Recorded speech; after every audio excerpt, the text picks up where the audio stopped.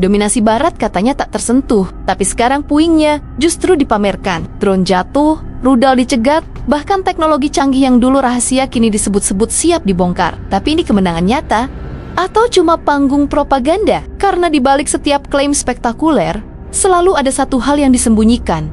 Siapa yang benar-benar unggul dan siapa yang cuma terlihat menang?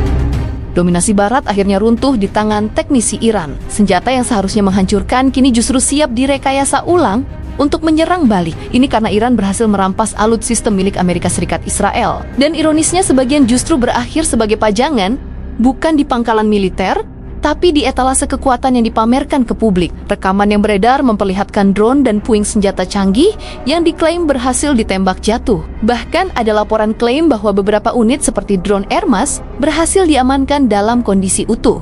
Di tengah dominasi teknologi Barat selama puluhan tahun, situasi ini terasa seperti pembalikan peran. Senjata yang seharusnya tak tersentuh kini justru disebet-sebet, beresiko dipelajari, dibongkar, bahkan direkayasa ulang oleh Iran. Tapi apakah ini benar-benar kemenangan telak?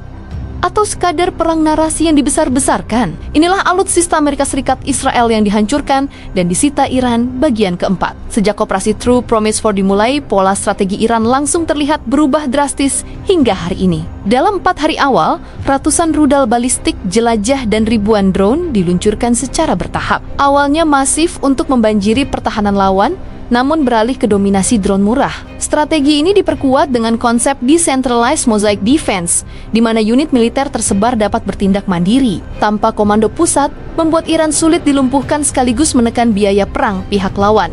Masuk ke salah satu target yang paling menarik perhatian LCU atau Landing Craft Utility. Dalam laporan yang beredar, Iran melalui IRGC disebut menyerang kapal-kapal ini di area pelabuhan Al-Suyuk hingga pesisir Dubai.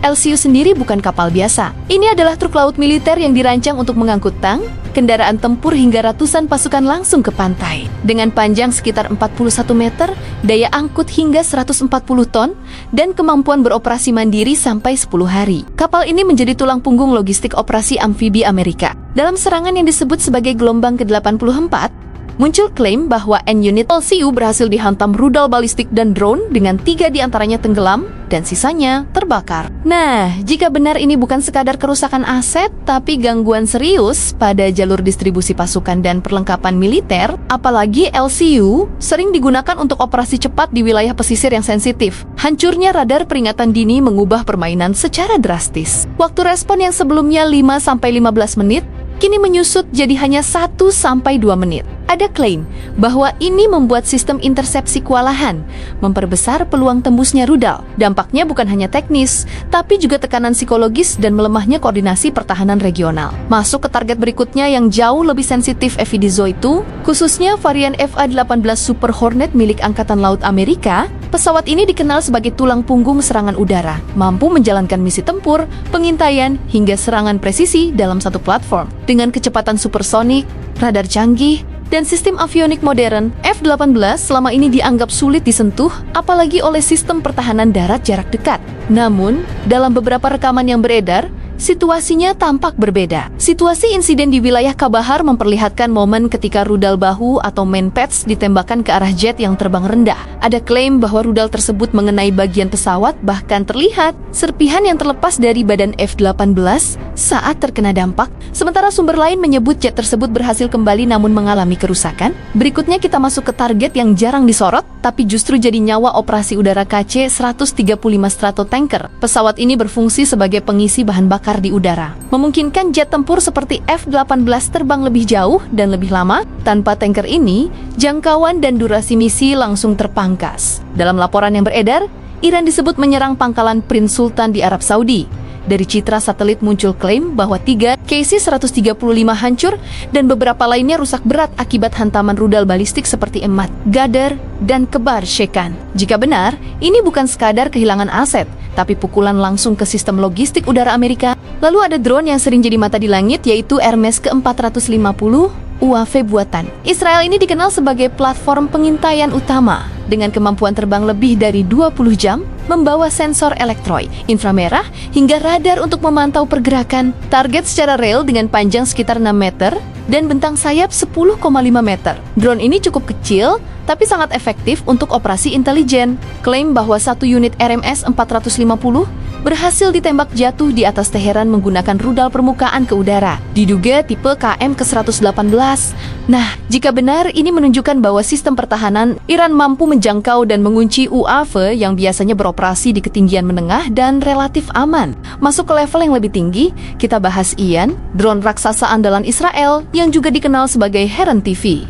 Ini bukan UAV biasa. Dengan ukuran besar, daya tahan terbang lebih dari 30 jam, dan kemampuan membawa muatan berat, Ian dirancang untuk misi jarak jauh, pengintaian strategis, hingga serangan presisi. Pada awal Maret muncul klaim bahwa satu unit Ian berhasil ditembak jatuh di atas Teheran bersamaan dengan beberapa drone lain di wilayah berbeda. Jika benar, ini jadi pukulan signifikan karena Ian bukan hanya mahal, tapi juga salah satu platform paling canggih dalam armada drone Israel. Berikutnya kita masuk ke salah satu senjata paling ikonik dalam perang modern, Tammo BGM-109 Rudolph. Jelajah ini dikenal karena akurasinya yang tinggi dan kemampuannya terbang rendah mengikuti kontur medan, membuatnya sulit terdeteksi oleh radar. Dengan jangkauan ratusan hingga ribuan kilometer, Tomahawk ini sering jadi andalan untuk serangan presisi jarak jauh. Dalam rekaman yang beredar dari wilayah Markazi, terlihat puing rudal jelajah yang berhasil dicegat oleh sistem pertahanan udara Iran. Meski jenisnya belum terkonfirmasi, muncul klaim bahwa itu adalah Tomahawk. Nah, jika benar ini jadi indikator penting bahwa Iran mampu mendeteksi dan mengintersepsi roda low altitude yang selama ini dikenal sulit dihentikan. Secara teknis, Tom ini menggunakan sistem navigasi canggih seperti GPS dan TERCOM alias Terrain Counter Matching untuk mencapai target dengan presisi tinggi. Nilainya bukan hanya pada daya hancur, tapi juga kecerdasannya dalam menghindari pertahanan. Untuk rekayasa balik, puing Tomahawk ini sangat berharga. Bahkan fragmen kecil biasa memberi petunjuk tentang sistem navigasi, material, hingga elektroniknya. Dalam konteks ini, klaim intersepsi bukan hanya soal keberhasilan bertahan, tapi juga peluang memahami salah satu teknologi serangan paling canggih di dunia. Yang terakhir kita masuk ke orbiter 4 atau orbiter keempat, drone taktis yang mungkin tidak sebesar tapi justru sangat fleksibel di medan tempur. UAV buatan Israel ini dirancang untuk misi pengintaan jarak menengah dengan daya tahan hingga 24 jam, jangkauan sekitar 150 km, dan kemampuan membawa berbagai sensor seperti elektrooptik, inframerah, hingga radar mini. Ukurannya relatif kecil, tapi kemampuannya cukup kompleks untuk operasi intelijen dan penargetan. Dalam rekaman yang beredar dari wilayah Isfa, muncul klaim bahwa puing orbiter 4 berhasil dicegat oleh pertahanan udara Iran. Jika benar, ini menunjukkan bahwa bahkan drone taktis berukuran kecil pun tidak sepenuhnya aman dari sistem pertahanan berlapis. Secara strategis, orbiter berfungsi sebagai penghubung antara drone besar dan unit darat, memberikan data yang real-time untuk operasi taktis. Kehilangannya berarti berkurangnya visibilitas di medan perang, terutama dalam operasi skala lokal. Nah, yang paling menarik tentu potensi rekayasa balik. Jika bagian drone berhasil diamankan, Iran bisa mempelajari sistem sensornya, komunikasi data, hingga kemampuan multi-payload yang menjadi keunggulan utama. Orbiter 4. Bahkan, teknologi seperti Vital Hybrid dan teknologi sensor bisa jadi bahan pengembangan. Jika berbagai klaim ini dirangkum, ya kerugian militer Amerika Serikat disebut telah menembus lebih dari $1 miliar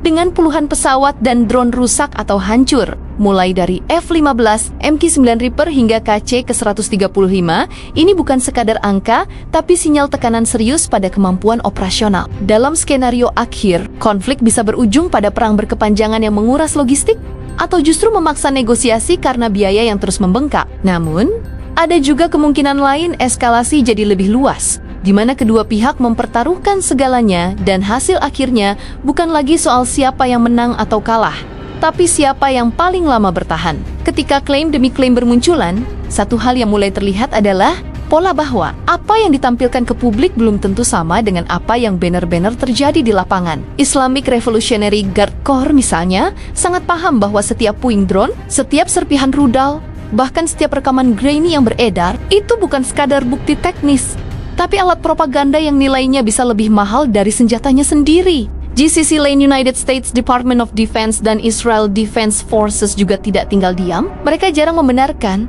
tapi juga jarang sepenuhnya membantah.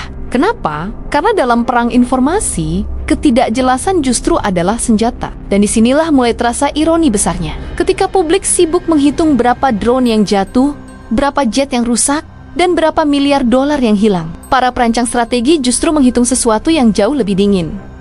Berapa lama lawan bisa bertahan secara ekonomi, politik, dan psikologis? Kalau kita tarik mundur sedikit, strategi yang dimainkan Iran bukan hal baru. Mereka tidak mencoba menang dalam satu pukulan telak. Mereka bermain di zona attrition, menguras, mengganggu, memperlambat. Drone murah diluncurkan bukan karena mereka tidak punya yang mahal, tapi karena mereka tahu satu drone murah yang ditembak jatuh oleh sistem pertahanan bernilai jutaan dolar. Itu sudah kemenangan kecil. Dan ketika itu terjadi ratusan kali, yang mahal bukan lagi rudalnya, tapi reaksinya. Sementara itu, dominasi Barat yang selama ini dibangun lewat teknologi canggih seperti FA-18 Super Hornet atau KC-135 Stratotanker mulai diuji di medan yang tidak ideal, bukan perang konvensional terbuka, tapi konflik asimetris yang penuh gangguan, kejutan, dan tekanan konstan. Teknologi tinggi tetap unggul, tapi biaya untuk mempertahankan keunggulan itu jadi semakin tidak masuk akal. Dan di titik ini, muncul satu pertanyaan yang mulai mengganggu.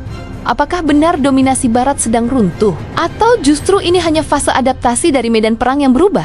Karena kalau kita lihat lebih dalam, klaim tentang keberhasilan menjatuhkan MQ-9 Reaper, mencegah Tomahawk missile, atau mengamankan drone seperti IAI, Heron masih berada di wilayah yang belum sepenuhnya terverifikasi independen, dan disinilah permainan sebenarnya. Siapa yang lebih cepat membentuk narasi, dia yang lebih dulu menang.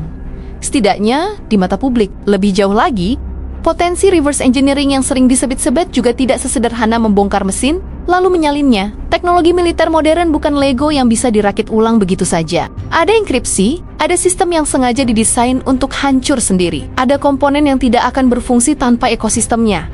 Tapi, bukan berarti tidak ada nilai. Bahkan fragmen kecil pun bisa memberi petunjuk dan dalam dunia militer. Satu petunjuk kecil bisa mengubah cara bertahan di masa depan. Jadi ketika kita melihat pajangan puing senjata di depan publik, itu bukan sekadar trofi. Itu adalah pesan bahwa kami bisa menyentuh apa yang dulu tidak tersentuh. Dan pesan seperti itu, dampaknya jauh lebih luas dari sekadar kerusakan fisik. Namun di balik semua ini, ada satu realitas yang tidak bisa dihindari. Semakin lama konflik ini berlangsung, semakin besar kemungkinan ia keluar dari kendali. Karena setiap intersepsi yang berhasil, setiap serangan yang dibalas, setiap klaim yang dibesar-besarkan, semuanya mendorong kedua pihak sedikit lebih dekat ke titik di mana mundur bukan lagi pilihan yang mudah. Dan jika itu terjadi, maka skenarionya berubah total. Ini bukan lagi soal drone jatuh atau jet rusak. Ini soal rantai eskalasi yang bisa menyeret lebih banyak negara, lebih banyak aktor, dan lebih banyak kepentingan ke dalam satu pusaran konflik yang tidak lagi bisa dikontrol oleh satu pihak saja. Di titik paling ekstrem, perang ini bisa berubah menjadi ujian ketahanan global, bukan siapa yang paling kuat, tapi siapa yang paling tahan lama. Siapa yang ekonominya tidak runtuh duluan, siapa yang rakyatnya tidak lelah duluan, dan siapa yang sistem militernya tidak kehabisan napas duluan. Jadi kalau kita kembali ke pertanyaan awal, apakah ini kemenangan telak Iran atau sekadar perang narasi? Jawabannya mungkin tidak sesederhana itu. Karena dalam perang modern, kemenangan tidak selalu terlihat seperti kemenangan, dan kekalahan seringkali baru terasa jauh setelah semuanya berakhir.